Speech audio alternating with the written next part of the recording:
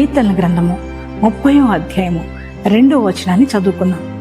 యెహోవా నా దేవా, నేను నీకు మొర్ర పెట్టగా నీవు నన్ను స్వస్థపరిచితివి. దేవుని బిడ్డలారా, అవునండి, మన దేవుడు స్వస్థపరుస్తాడు.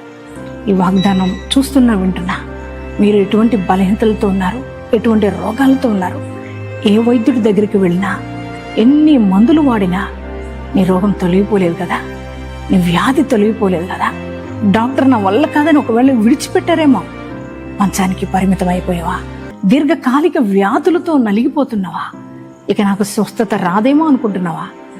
ఈ ఉదయకాలం నీ ప్రభు నీతో మాట్లాడుతున్నాడు. నువ్వు కృంగిపోవద్దు నాన్న, నువ్వు ధైర్యం తెచ్చుకో, నీ దేవునికి మొర్రపెట్టు.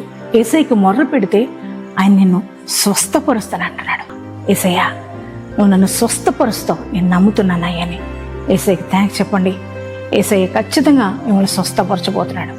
ఎంతమంది ఈ వాగ్దానం రిసీవ్ చేసుకున్నారో మీ అందరి జీవితాల్లో ఈ వాగ్దానం నెరవేర్చబడను గాక.